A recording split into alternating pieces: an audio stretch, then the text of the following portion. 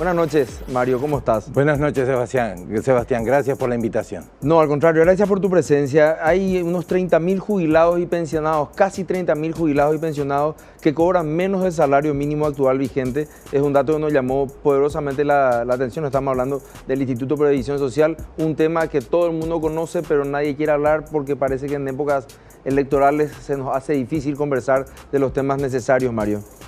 Justamente, nosotros con el grupo de la coordinadora de jubilados y pensionados del IPS y la gente, los jubilados y pensionados de Corposana y afines, empezamos a analizar los últimos informes sobre la pobreza extrema. Y entonces dijimos, vamos a hacer unas consultas dentro del IPS para ver cómo están nuestros 55.000 jubilados.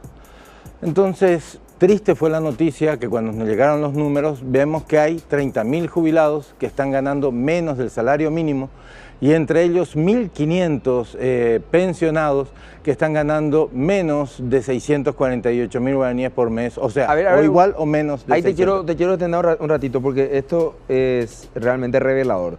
Menos de 648.000 guaraníes, estamos hablando de 1.500 pensionados que estarían por debajo de la línea de la pobreza.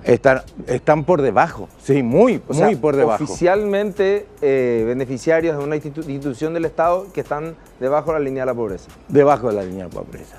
Entonces ahí comenzó una campaña, una unión entre otras entidades, otras asociaciones de jubilados y pensionados, con la Federación de Jubilados y Pensionados del IPS, y empezamos a charlar de este tema que es preocupante, y empezar a ver, porque acá no es un problema de las autoridades del IPS, es un problema del sistema que se está aplicando en el IPS para el pago de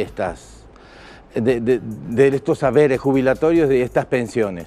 Vos fíjate que a los jubilados siempre se nos aumenta, es cierto, a través del IPC, pero el IPC no se lleva en relación con el sueldo mínimo. Entonces, el que se jubiló, por ejemplo, hace 10 años o 15 años, y ni que hablar que si está vivo todavía hace 20, lo que era su sueldo mínimo de ese momento a hoy ya se depreció terriblemente. ¿Por qué? Porque siempre se maneja el IPC y no el sueldo mínimo actual vigente. Aparte hay una trampa, me parece a mí, Mario, con el tema de ahora indexar al tema del salario, del aumento del salario mínimo al índice de inflación, porque que más que menos los custodios, entre comillas, de la inflación eran los gremios empresariales, pero si ahora dicen hay inflación, entonces el ministerio, el IPS, te dicen, bueno, hay que subir el salario mínimo, ¿no? Hay que subir, pero siempre a todos los jubilados les suben sobre el IPC lo que marca el Banco Central, que vos conocés muy bien, sabés que esa tabla que utiliza el Banco Central es absolutamente ridícula para un jubilado. Porque el jubilado no toma whisky, el jubilado hay muchas cosas que ya deja de hacer en su vida de jubilado. Entonces, sin embargo, en esa tabla que utiliza el Banco Central se desvirtúa un montón de cosas que necesita el jubilado. Y eso es lo que estamos tratando de cambiar dentro de la institución, de que nos escuchen. Lastimosamente, pedimos datos, pedimos más información, pedimos hablar a veces con el actuario y no nos quieren recibir, no nos dan la información. Siempre somos muy bien atendidos, siempre nos dan café, nos dan agua, nos sirven, nos atienden, pero la información que solicitamos lamentablemente no la tenemos. Pero los 1.500 pensionados de 648.000 guaraníes y los 30.000 que no llegan al salario mínimo siguen igual. Sí, esos están y es información oficial de la entidad, ¿eh? Estos datos son reveladores. Hay una depreciación por lo menos entre el 10 y el 14% entre lo que establece el IPC y lo que es la inflación real. Exactamente. Vos fíjate, si un jubilado que se jubiló, nosotros no estamos pidiendo más de lo que es justo. Si un jubilado se jubiló en su momento, 2008, por así decirlo, con 4.5 salarios mínimos, porque ganaba bien, ahora tendría que estar cobrando 4.5 salarios mínimos, ni más ni menos. Pero no es así, siempre están perdiendo entre 2.500.000, 2.800.000 guaraníes anuales. O sea, esa plata que tendrían que tener ellos para utilizarlo, para su bienestar, no está. Porque el IPC te lleva a la pobreza. ¿Qué le pasa? ¿Qué sienten ustedes cuando esta noticia que publicó el BID hace unos años, el número de pensionados no contributivos en el Paraguay, en número, no en monto, sí, está alcanzando al número de pensionados contributivos? Sí. ¿Qué les lleva a pensar a ustedes como jubilados eso? que aportaron 20, 25, 30 años. Es más, es una desgracia que estén cobrando esto, Sebastián. Es una desgracia, porque si es un no contributivo, no fue porque no quiso contribuir, fue porque había una falta de educación, había una falta de moral y de ética en cuanto a... La mayoría de ellos están en el interior, la mayoría de ellos. Así es. Entonces, sería... como hombre de tercera edad, como miembro de la tercera edad, no estar de acuerdo con estas pensiones no contributivas. Al contrario, yo creo que habría que hacer un estudio porque nadie puede estar ganando por debajo del sueldo mínimo, porque nadie se va a ir. Si un jubilado de 648.000 o un pensionado no contributivo va a comer mejor, va a poder tener una mejor medicación, va a poder tener... No se va a ir de vacaciones a Brasil ni va a ser Vito con su dinero, porque apenas alcanza para vivir un ejemplo concreto que me tocó vivir en el año 2004 cuando se aprueba la ley subsidio a los pescadores.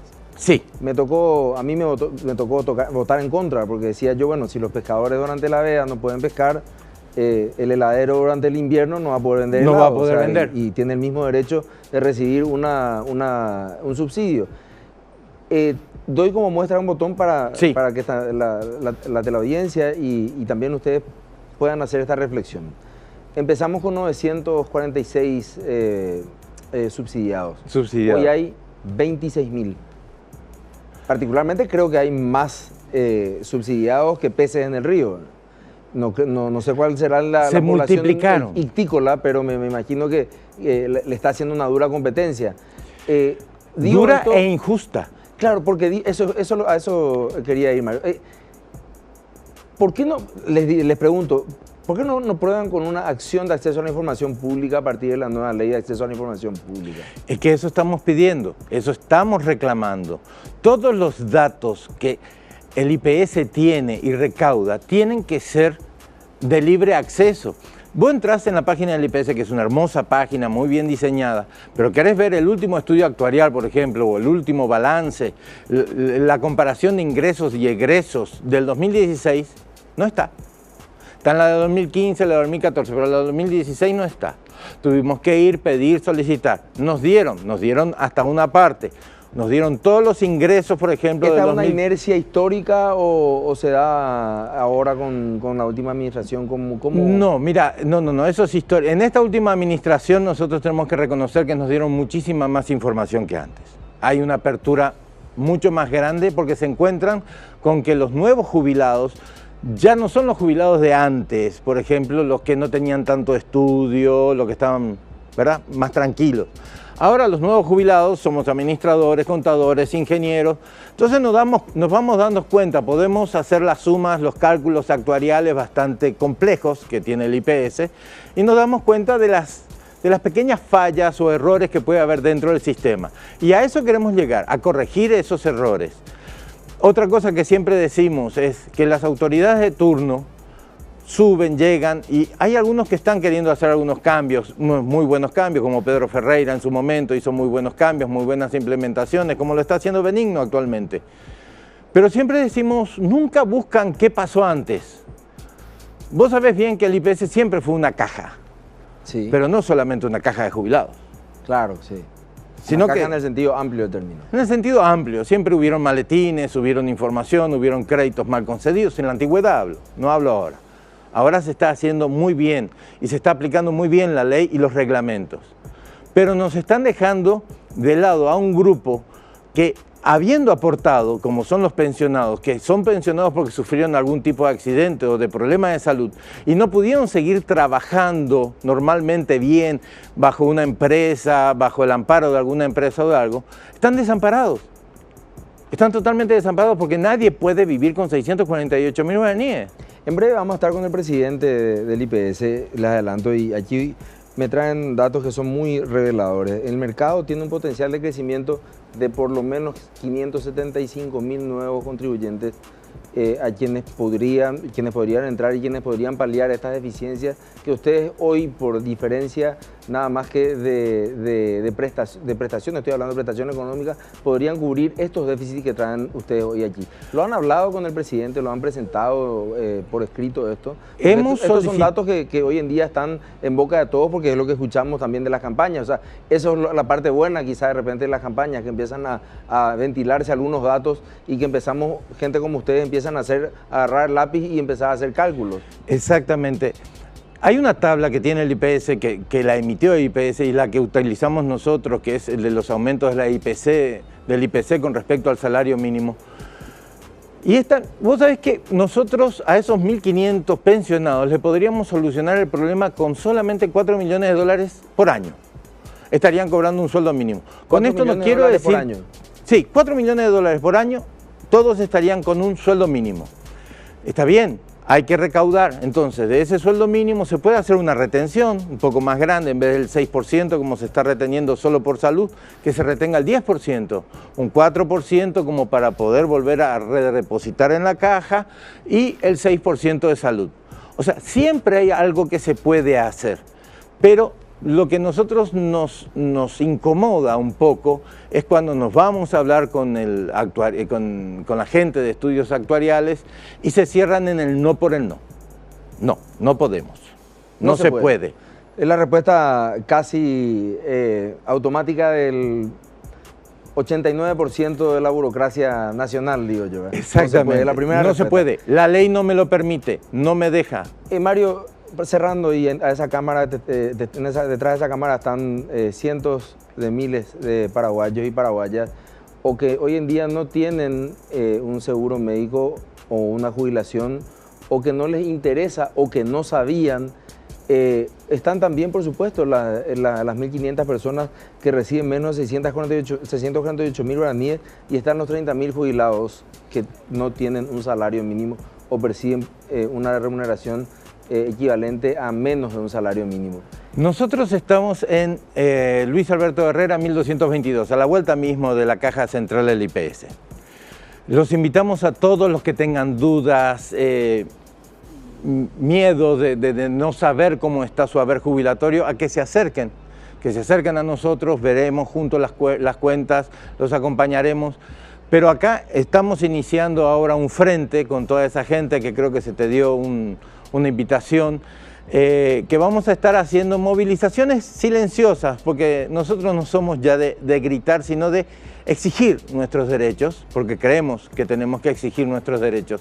Entonces ya empezamos a hacer comunicados a la gente de esta información, de que hay 30.000 en esta situación, que hay 1.500 en esta situación, a fin de que ellos comiencen a apoyarnos, comiencen a hacer. Y les digo a toda la gente de los partidos políticos que no se olviden que en el IPS somos 55.000 jubilados. Si eso lo multiplicamos por 2 son 110.000, si eso multiplicamos por 4 somos 400.000 votos, muy posiblemente que estén a favor o en contra de algunos de ellos.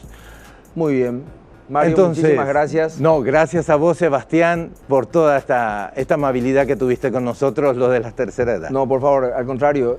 Mario Hernández Jolovat, y un mensaje para ustedes, señores candidatos.